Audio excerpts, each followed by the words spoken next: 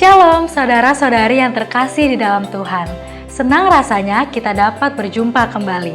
Pertanyaan kali ini adalah, apa 4 hukum rohani itu? Dalam video ini, saya akan menjelaskannya dari sudut pandang Alkitab. Jadi, saksikan videonya sampai selesai.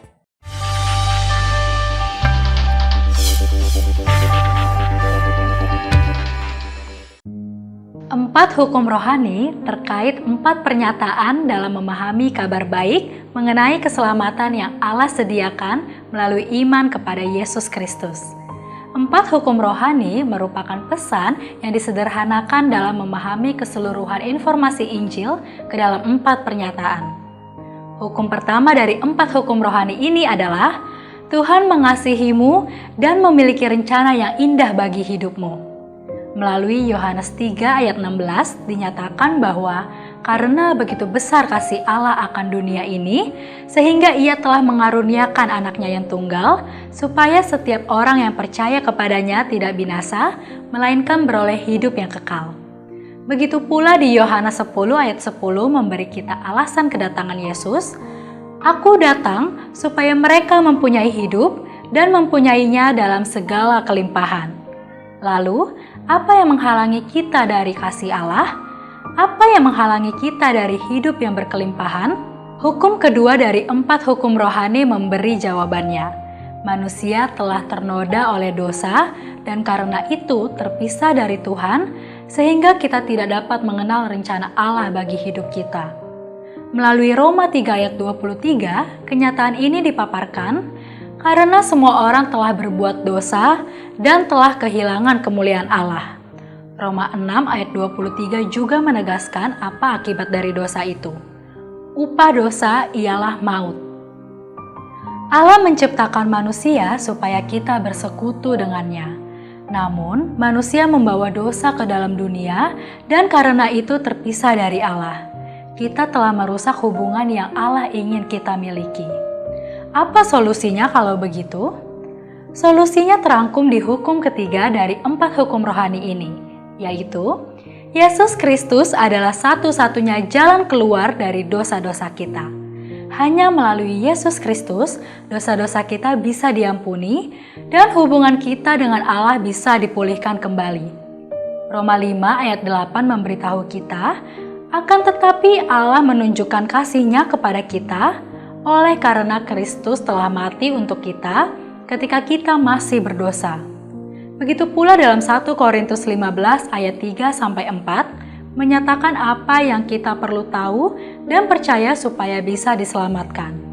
Bahwa Kristus telah mati karena dosa-dosa kita sesuai dengan kitab suci, bahwa Ia telah dikuburkan dan bahwa Ia telah dibangkitkan pada hari yang ketiga sesuai dengan kitab suci.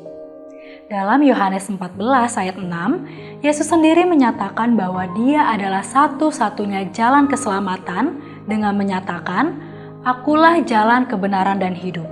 Tidak ada seorang pun yang datang kepada Bapa kalau tidak melalui Aku.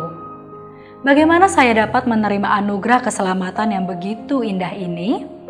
Hukum keempat dari 4 hukum rohani menjelaskannya dengan sederhana. Kita harus beriman kepada Yesus Kristus sebagai juru selamat supaya bisa menerima anugerah keselamatan dan mengetahui rencana indah Allah bagi hidup kita. Yohanes 1 ayat 12 memberikan gambaran itu kepada kita.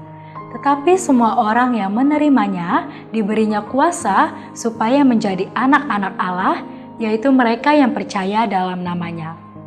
Kisah Para Rasul 16 ayat 31 juga menyatakannya dengan sangat jelas. Percayalah kepada Tuhan Yesus Kristus dan engkau akan selamat, engkau dan seisi rumahmu. Kita diselamatkan semata-mata karena anugerah, hanya melalui iman di dalam Yesus Kristus. Paulus menegaskan ini dalam tulisannya di Efesus 2 ayat 8-9. Jika Anda mau percaya Yesus Kristus sebagai juru selamat, ungkapkan kepada Allah melalui kata-kata berikut ini. Doa ini hanyalah sebuah cara sederhana untuk mengungkapkan iman Anda kepada Allah dan ungkapan syukur kepadanya atas keselamatan yang Dia telah sediakan bagimu. Sekedar mengucapkan kata-kata ini tidak akan menyelamatkanmu. Hanya iman kepada Yesus Kristus yang bisa menyelamatkanmu. Mari kita berdoa.